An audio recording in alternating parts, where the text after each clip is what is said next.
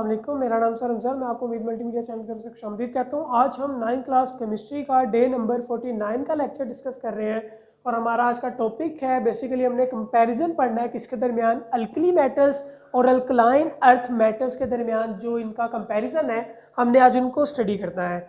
सबसे पहली जो चीज़ आती है वो आती है इनकी ऑकरेंस में, यानी कि इनकी वकू पजीरी के ये कहाँ कहाँ पे पाए जाती हैं। तो जो हमारे पास अल्कली मेटल है उनकी सबसे पहली वकू पजीरी के ज़्यादातर हमारे पास कंबाइंड फॉर्म के अंदर पाई जाती हैं और इनकी खुसूसियत के अंदर आता है कि दे आर वेरी रिएक्टिव, यानी कि ये बहुत ज़्यादा रिएक्टिव होती हैं। लेकिन अगर मैं अल्कलाइन अर्थ मैटर की बात करूं तो ये बहुत ज़्यादा रिएक्टिव नहीं होती, लेकिन बस 100 रिएक्टिव होती है। मतलब ये रिएक्ट करती भी हैं, बहुत ज़्यादा रिएक्ट नहीं करती, कम रिएक्टिव होती है। आप इसको इस तरह कह सकते हो कि ये लेस रिएक्टिव है। उसके बाद लेकिन जो इनकी ऑकरेंस है ये भी हमारे पास कंबाइंड फॉर्म के अंदर ही पाई जाएंगी। सेकेंड चीज है हमारे पास इनके इलेक्ट्रोपॉजिटिविटी। इलेक्ट्रोपॉजिटिविटी जो सी है हमारे पास अल्कली मेटल की, वो बहुत ज्यादा दे आर हाई इलेक्ट्रोपॉजिटिव होती है, यानी कि बहुत ज्यादा इलेक्ट्रोपॉजिटिव होते हैं। लेकिन जो अल्कलाइन अर्थ मेटल है ये बहुत ज्यादा इलेक्ट्रोपॉजिटिव नहीं होते, बल्कि उसके नतीजे में बहुत कम इलेक्ट्रोपॉजिटिव होते हैं। ये होगी इनकी दो खसूसियात। अब बात करते हैं इसकी तीसरी खसूसियत में, यानी कि रिएक्शन विद वाटर। अगर हमारे पास अल्कली मेटल पानी के साथ रिएक्ट करती है तो ये बहुत ज्यादा तेजी के साथ रिएक्ट करती है रूम टेम्परेचर पे। रूम टेम्परेचर कितना होता है 25 से लेकर 30 तक, ये हमारे पास रूम टेम्परेचर के तौर पर आता है। 35 तक अक्सर होगा रूम टेम्परेचर में होता है, 25 से लेकर 35 तक।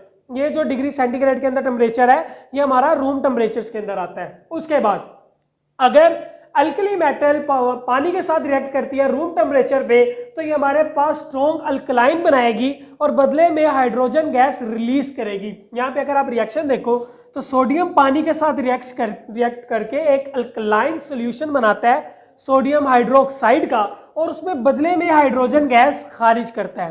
ठीक है, लेकिन हमारे पास जो अल्कलाइन अर्थ मेटल है वो रिएक्ट तो करती है पानी के साथ, लेकिन बहुत ज्यादा तेजी के साथ रिएक्ट नहीं करती।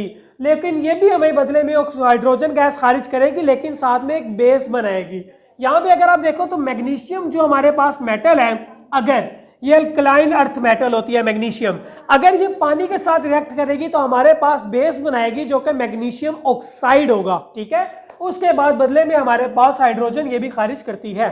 उसके बाद अगर मैं इनकी बात करूं रिएक्शन ऑक्सीजन के साथ, कि इनका जो रिएक्शन है वो ऑक्सीजन के साथ, जो अल्कली मेटल का रिएक्शन है ऑक्सीजन के साथ, ये ऑक्सीजन के साथ रिएक्ट करके ऑक्साइड्स बनाएंगे और स्ट्रॉन्ग अल्काइंस बनाएंगे पानी के अंदर। जैसा कि आप यहाँ पे देखो, अगर सोडियम ऑक्सीजन के साथ रिएक्ट करेगी तो हमारे पास एक अल्कलाइन बनाएगी जो सोडियम ऑक्साइड होता है उसका।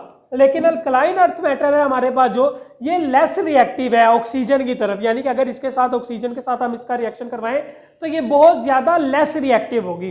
सेकंड, ये ऑक्साइड्स बनाएगी, लेकिन जब इनको गर्म किया जाएगा तब ये अपने ऑक्साइड्स के अंदर कन्वर्ट होगी। उसके बाद जो अगर मैग्नीशियम ऑक्सीजन के साथ रिएक्ट करेंगे तो मैग्नीशियम ऑक्साइड बनेगा। ठीक है, ये हमारे पास इसकी चार प्रॉपर्टीज थी।